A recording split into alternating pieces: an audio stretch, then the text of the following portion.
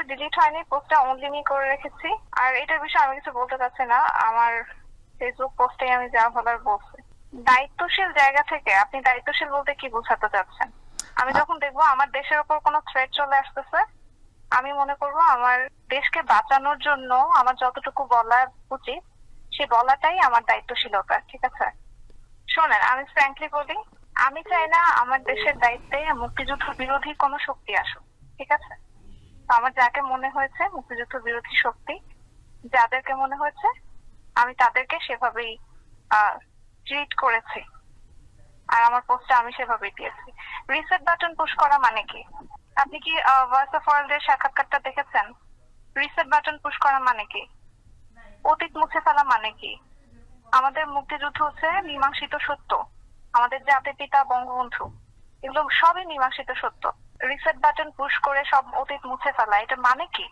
এটা তো তাহলে আমি তো মনে করি যে আসলে মুক্তিযুদ্ধের বিরোধী শক্তি আমাদের দেশে এখন গভর্নমেন্ট হিসেবে আছে।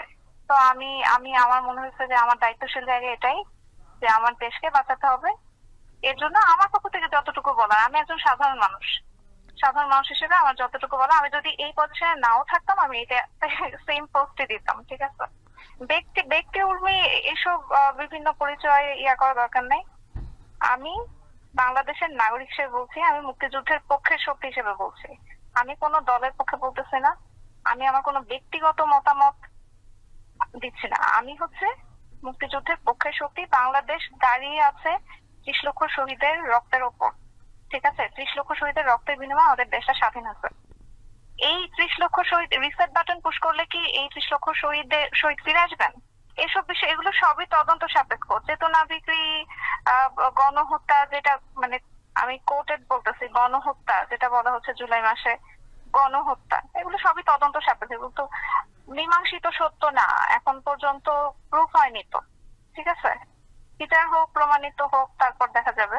কিন্তু যেটা মীমাংসিত সত্য সেটাকে তো কেউ মুছে ফেলতে পারে না। আমার কথা হচ্ছে এটাই। ক্ষমতার কোনো জায়গা থেকে আমি কোনো কথা বলতেছি না, আমি একজন খুবই সাধারণ মানুষ হিসেবে আমি যদি আজকে এই অ্যাডমিনিস্ট্রেশনে নাও থাকতাম আমি সেম কথাটাই বলতাম। ঠিক আছে, I am not a hypocrite. মুক্তিযুদ্ধের বিরোধী শক্তির বিপক্ষে কথা বলা যে কোনো জায়গা থেকে বলাই যায়।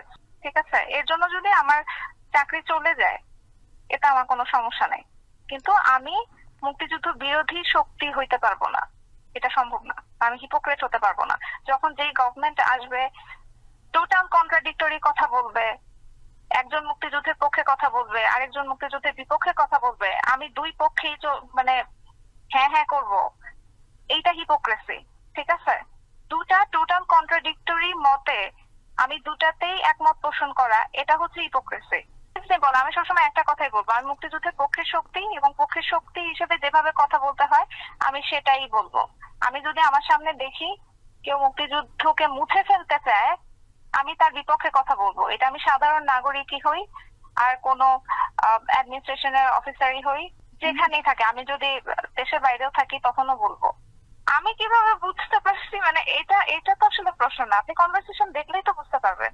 ঠিক আছে, কনভারসেশন দেখলে বুঝতে পারবেন কোন প্রশ্নের উত্তরে কোন অ্যান্সার।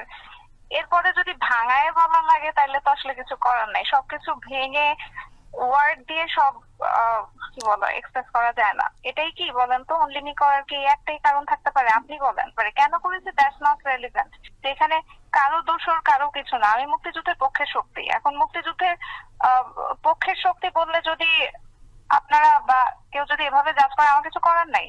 আমি আমি অলওয়েজ বলবো মুক্তিযুদ্ধের পক্ষে শক্তি। মুক্তিযুদ্ধকে আমি যদি একটা থ্রেটেনিং পর্যায়ে দেখি, কেউ থ্রেট হিসেবে দাঁড়িয়ে যাচ্ছে, মুক্তিযুদ্ধ ইতিহাস মুছে ফেলতে চায়, জাতির পিতাকে মুছে ফেলতে চায়, জাতির পিতার অবদান অস্বীকার করতে চায়, 15ই আগস্ট অস্বীকার করতে চায়, ধানমন্ডি 32 নম্বর অস্বীকার করতে চায়, পুড়িয়ে ফেলতে চায়, আমি তাদের বিরুদ্ধে কথা বলবো। আমি যেই জায়গায় থাকি না কেন, এখানে তো কারো দোষর এই ইয়াগুলো আসবে কেন? মানুষের কি মাথায় বুদ্ধি নাই নাকি? এখানে বঙ্গবন্ধু কোনো আওয়ামী লীগের নেতা না, বঙ্গবন্ধু হচ্ছে সারা বাংলাদেশের মানুষের নেতা।